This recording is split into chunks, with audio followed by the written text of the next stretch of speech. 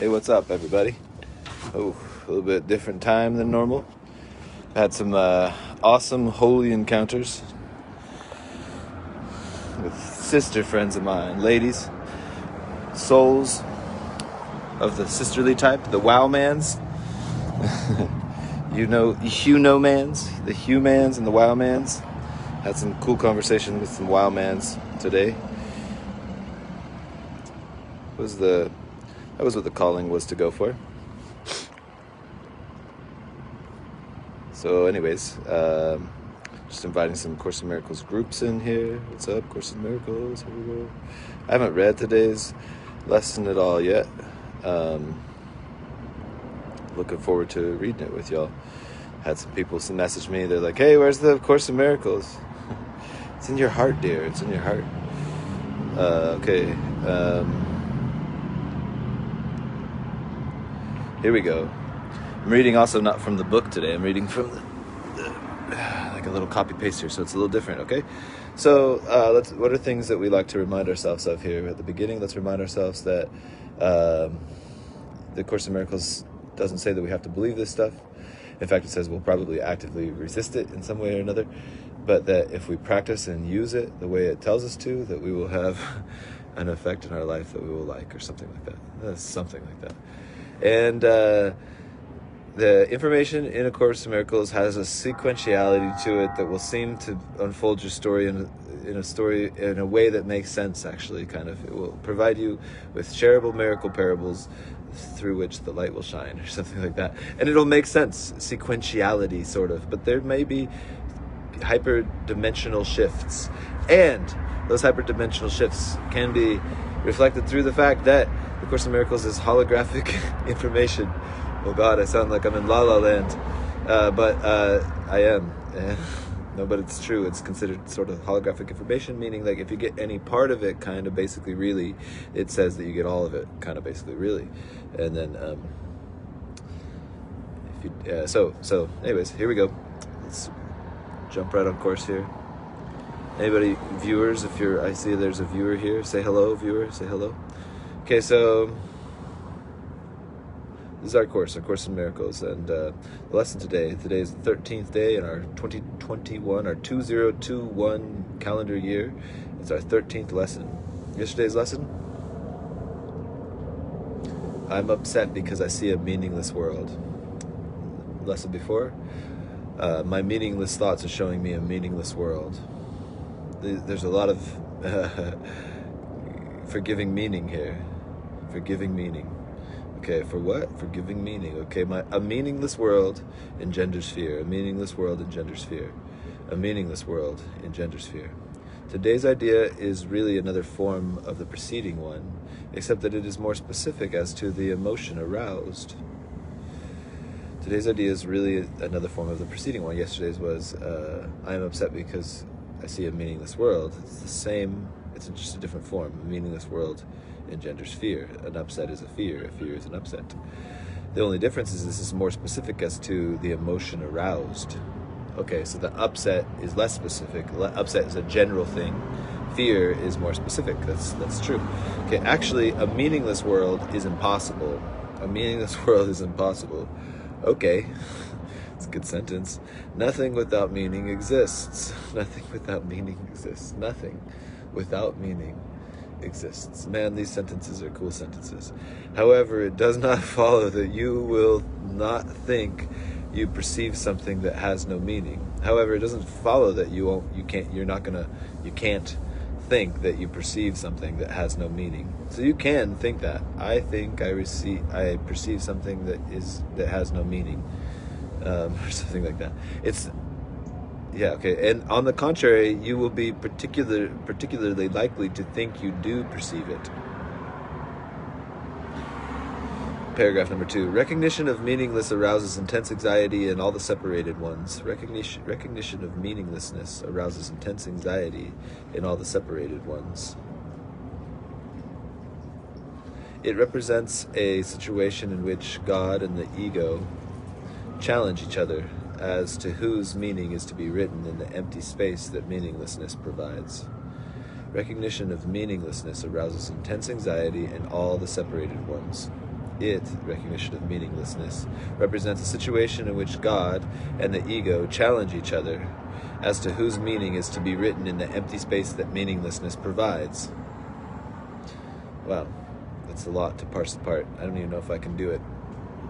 There's something there about the tiny mad idea, that's for sure. Okay, so the ego rushes in frantically to establish its own ideas there. The ego rushes in frantically to establish its own ideas written in the space that meaninglessness provides, fearful that the void may otherwise be used to demonstrate its own impotence and unreality. And on this alone, it is correct. On this alone, it is correct. Man, there's a lot there. The ego rushes in frantically. Rushes in where? Into the space that meaninglessness provides. It rushes in there to establish its own ideas there, fearful that the void may otherwise be used to demonstrate its own impotence and unreality. And on this alone, it is correct. Man, that's a good one. The ego rushes in frantically to the space that meaninglessness provides to establish its own ideas there, fearful that the void may otherwise be used to demonstrate its own impotence, the ego's impotence, and its own unreality. And on this, it is alone correct. It is essential, therefore, that you learn to recognize the meaningless and accept it without fear. It is essential, therefore, that you learn to recognize the meaninglessness and accept it without fear. If you are fearful, it is certain that you will endow the world with attributes it does not possess, and crowd it with images that do not exist. To the ego, illusions and safety devices, as they must to the ego, illusions and safety devices, as they must also be to you who equate yourself with the ego. I don't understand what I just read. If you are fearful, I'm in paragraph 3. It is essential that you learn to recognize the meaninglessness and accept it without fear. If you are fearful, it is certain that you will endow the world with attributes that it does not possess, and crowd it with images that do not exist. To the ego, illusions are to the ego, illusions are safety devices, as they must also be to you who equate yourself with the ego. To the ego, illusions are safety devices, as they also must be to you who equate yourself with the ego. Paragraph number 4. Ooh, goodness, this is getting deep here. The exercises for today, which should be done about 3 or 4 times for not more than a minute or so at each time, are to be practiced in a somewhat different way from the preceding ones. The exercises for today, which should be done about 3 or 4 times for not more than a minute or so at most each time. So we're supposed to do 3 to 4 of these exercises, a minute or so at most. It's practiced in a somewhat different way from the preceding ones.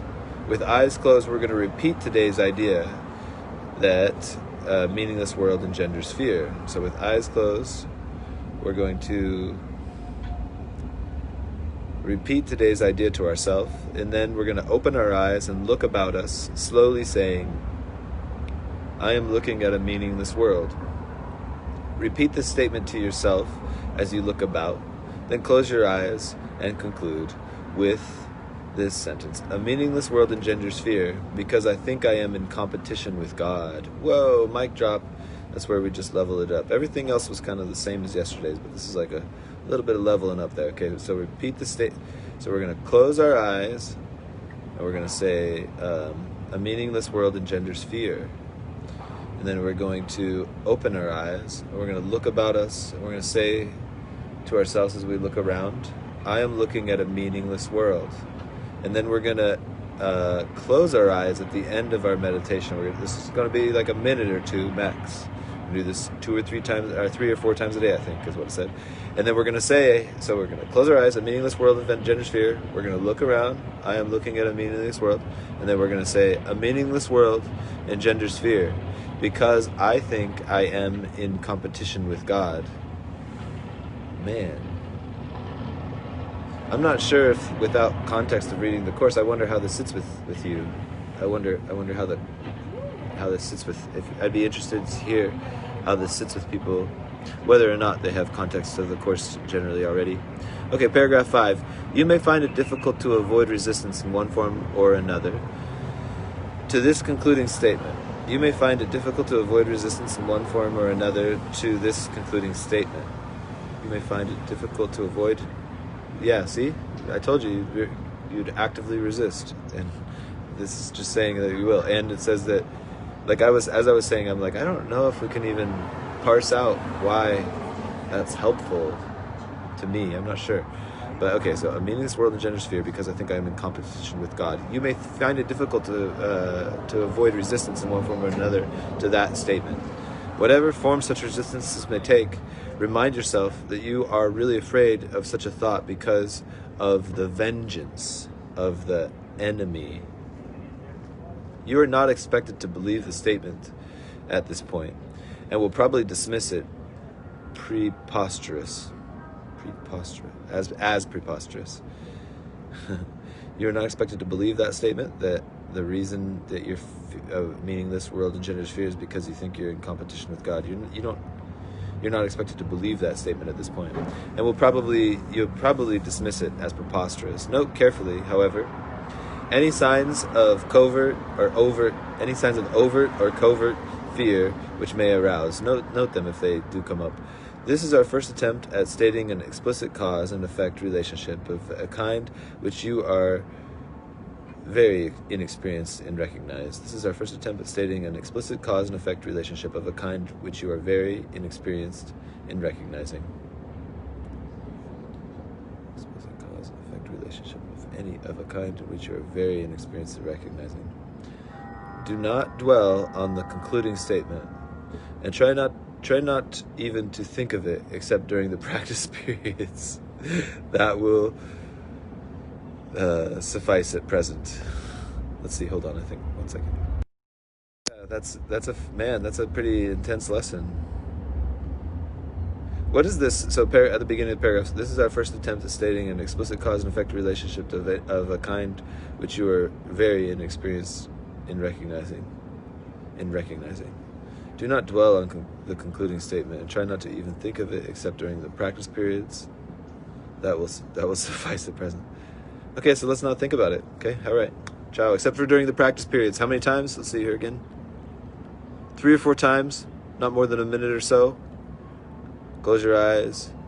A meaningless world engenders fear. Look around. Say, I am looking at a meaningless world. I am looking at a meaningless world. I am looking at a meaningless world. Probably slower. And then say, close your eyes, and a meaningless world engenders fear because I think I am in competition with God. All right, thanks everybody. Ciao. Ciao, ciao. Oh, hey.